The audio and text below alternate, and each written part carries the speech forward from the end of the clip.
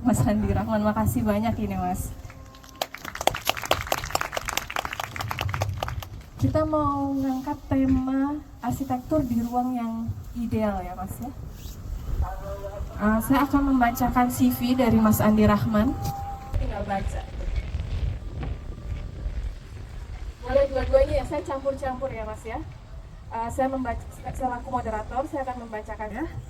AR Andi Rahman, A STIAI, Principal of Andi Rahman Architect. Studinya berada di Sidoarjo, East Java, Indonesia. Beliau ada dan kalau kita berhasil menyelesaikannya itu luar biasa gitu, dari sisi kita. Jadi sebetulnya saya beri tanda petik ya, tak ideal itu dari perspektif klien gitu ya. Karena kalau dari arsitek nggak ada ruang yang tidak ideal gitu ya. Semakin tidak ideal ya semakin ideal. Jadi ini saya sharing tentang itu gitu ya. Jadi dalam perspektif kami, proyek itu bukan masalah besar atau kecil ya. Sekecil apapun kalau kita wah menarik sekali nih sepertinya ya, kita akan tangani dengan sebaik mungkin gitu ya. Dan itu kaitannya juga dengan keyakinan lah itu ya. Karena semua proyek besar atau kecil itu kan berkah gitu ya, kalau kita syukuri. Ditolak gitu ya, terus akhirnya memberanikan diri. Terus kita buat penawaran, lalu sama dia ditawar, Pak Andi, saya kuat bayar Pak Andi cuma sekian. Terus langsung saya iakan. Oh nggak apa-apa Pak, oke Pak saya bantu gitu ya. Karena bagi saya ketika dia berani meng-hire arsitek itu sudah luar biasa. Artinya ada kesadaran di masyarakat kita yang di mereka ya, itu ternyata merancang rumah pun tetap harus didesain oleh ahlinya gitu. Dan itu menurut saya satu kabar gembira ya buat saya, karena wah ini menarik, ini berarti harus saya bantu dan harus bagus gitu ya, supaya nanti orang yang punya tanah di kampung padat yang nggak luas juga berani meng-hire arsitek gitu ya. Karena ada contohnya ya. Jadi tujuan saya seperti itu. 7 meter, 8 meter, bahkan 9 meter bisa double deck. Sehingga tidak ada kolom-kolom, tidak ada. Jadi lantai 1 open plan, lantai 2 open plan, lantai 3 baru kamar-kamar, lantai 4 open plan lagi, dan bisa sampai 5 lantai.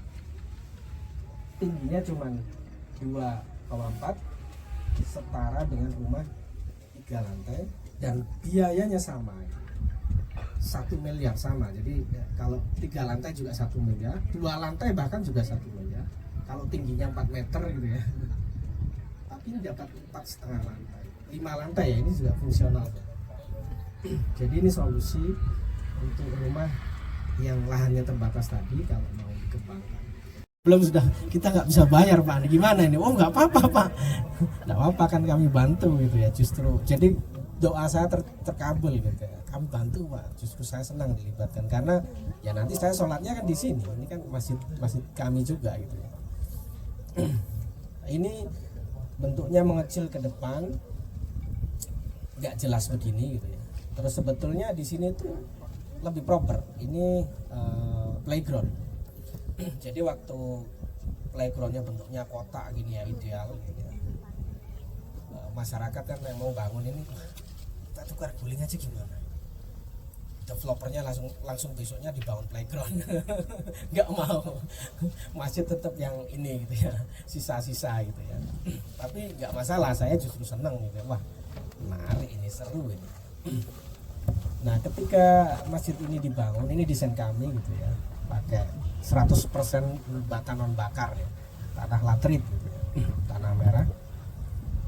Nah denahnya seperti ini gitu ya.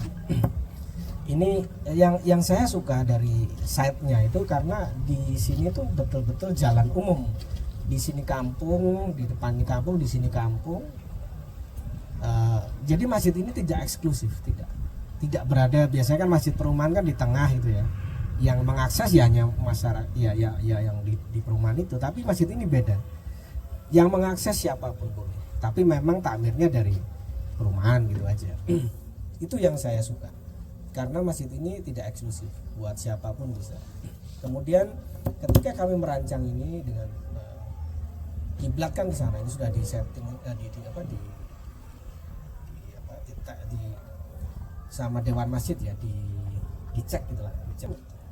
Masjidnya cuma 4 meter Pak, ya cuma berapa orang yang bisa sholat di situ, gimana Pak? Terus dia mikir itu, iya tapi ini masjid ya, saya takut kualat. Nggak apa-apa Pak Andi. Jadi dia takut sendiri gitu ya, wah masjid tak potong. Enggak apa-apa Pak Andi, nggak apa-apa, yang penting jangan mepet. Ini kan masih ada 1,5, lumayan lah ya gitu ya, masih ada, kita nggak pepetkan memang.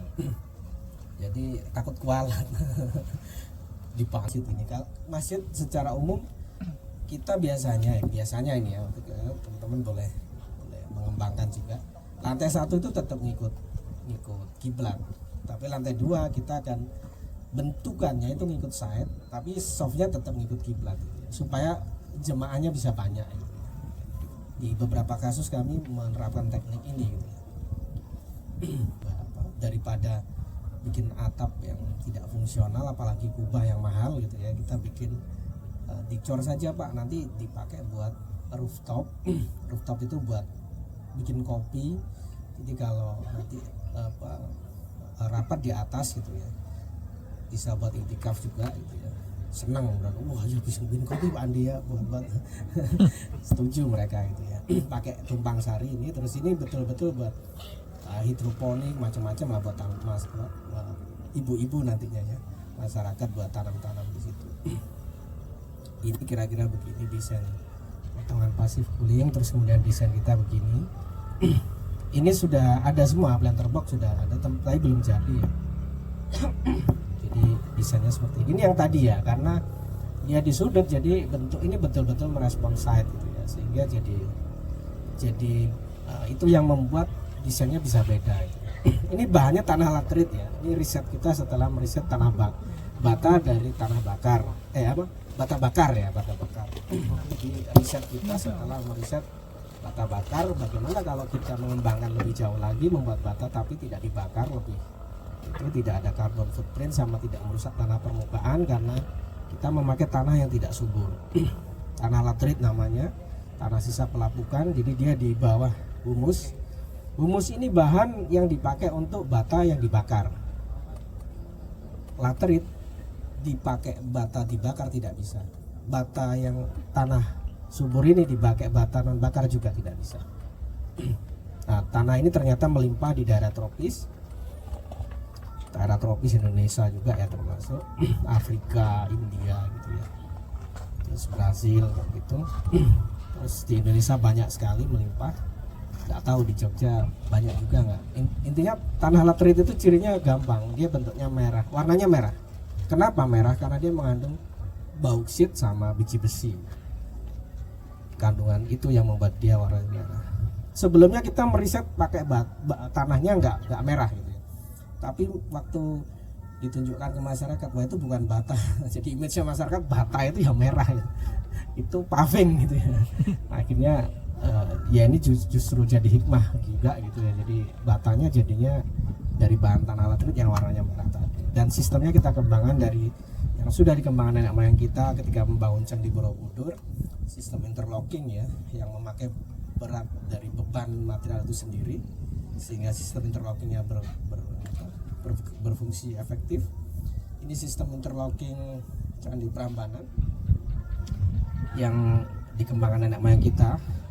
Ini teman-teman kan sangat familiar kan ya, yang menurut banyak riset termasuk yang Pak Levi sampaikan, tingginya 45 meter setara dengan bangunan 9 lantai zaman sekarang, dibangun tanpa semen, memakai sistem interlocking, dan di zaman itu menjadi the first high-rise building in the Southeast Asia, hanya memakai sistem interlocking.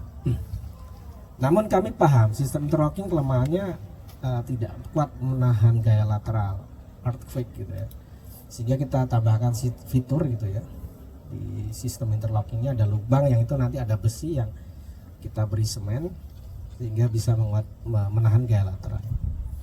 Ini sistem interlocking yang kami kembangkan. Jadi gini, bata ini beda sama bata bakar, bata biasa beda. Bata biasa itu bata 2 dimensi, berpikirnya 2 dimensi, tapi bata ini bata 3 dimensi. Berpikirnya seperti kita main Lego. Jadi kita waktu mengembangkan tektonikanya ya kayak main Lego gitu. Sama tukang-tukang kita main Lego. Wah, ini ketemu tektonika satu terus bikin lagi gitu. Kayak main Lego gitu. Karena batanya meruang 3 dimensional. Lalu kita pakai decoding ya, metode komunikasi dengan tukang yang kita kembangkan sejak tahun 2014. Yang ini proses pembangunannya. Tahapan prosesnya. Jadi tiap ini bata ini kan ada besinya tiap 75 cm vertikal, lalu horizontalnya tiap 1 meter. Horizontal ada 2 besi, yang vertikal 1 besi, terus diikat lalu dicor gitu. Nah, besi itu diikat sama sudah disiapkan sama balok lantai 2 ini, dan lantai 3 atap daknya itu sudah disiapkan besi-besi juga, yang nanti besi-besi ini akan diikat di situ terus dicor. Jadi diikatnya di situ. Itulah yang membuat bata ini bisa frameless, nggak ada kolom balok ya. Padahal ada sebetulnya, tapi kita samarkan jadi masuk di dalam sistem batanya. Ini jadinya masih 80%, tapi sudah dipakai masyarakat karena memang masjid ya, dananya terus dari sedekah gitu ya. Ini tumpang sari, ini lantai 2-nya. Ini sudah ini ya, sudah dipakai oleh masyarakat. Dan yang paling penting begini ya, kita happy gitu ya, karena masjid kita juga bisa berkontribusi ke ekonomi masyarakat sekitar gitu ya. Ini tiap sore nih, karena tiap sore itu ada TPQ yang muridnya 150 orang, dan tidak hanya dari perumahan ini, tapi dari seluruh kampung-kampung sekitar. Yang bapak-bapak ibu-ibu jualan ini adalah untuk anak-anak yang ngaji tadi sama orang tuanya gitu ya. Jadi yang terjadi tiap sore seperti ini. Jadi ini terakhir dari kami. Jadi kira-kira seperti ini ya. Jadi semakin terbatas, value-nya semakin tinggi. Itu dari saya, terima kasih. Wassalamualaikum warahmatullahi wabarakatuh. Ada banyak hal baik yang bisa kita ambil ya, kita pelajari, yang itu nanti bisa kita kembangkan untuk menjawab masalah-masalah kita di saat ini dan yang akan datang. Tapi tentu saja dengan pengkinian ya, karena kan seperti yang kami lakukan, sebetulnya semua material itu kan material lama sebetulnya ya bata, ya bambu, ya kayu, ya itu semuanya material lama, cuman kita bahasakan dengan bahasa yang baru. Itu kalau menurut Pak Eko Prawoto itu ya, materialnya lama tapi bahasanya bahasa yang baru. Supaya apa? Supaya orang zaman sekarang bisa menerima itu gitu. Kalau enggak, mereka akan melihat itu sebagai sesuatu yang itu lama, itu kuno, enggak mau saya. Tapi kalau kita bisa materialnya lama tapi bahasanya baru, ya mereka akan senang, mereka menerima. Karena pada dasarnya mereka masih familiar, masih punya perasaan ikatan emosional dengan hal itu gitu ya. Jadi kira-kira begitu, semoga menjawab.